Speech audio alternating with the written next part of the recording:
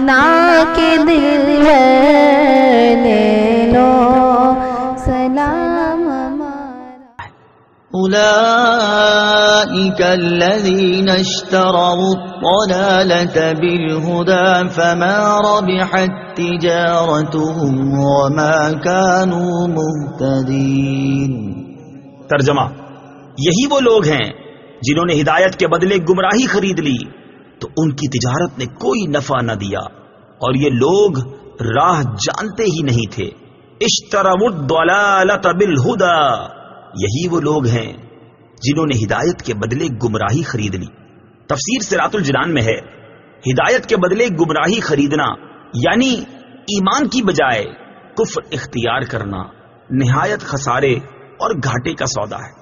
یہ آیت یا تو ان لوگوں کے بارے میں نازل ہوئی جو ایمان لانے کے بعد کافر ہو گئے، یا یہودیوں کے بارے میں نازل ہوئی جو پہلے تو حضور پرنور صلی اللہ تعالی علیہ وسلم پر ایمان رکھتے تھے، مگر جب حضور اقدس صلی اللہ تعالی علیہ وسلم کی تشریف آوری ہوئی تو منکر ہو گئے۔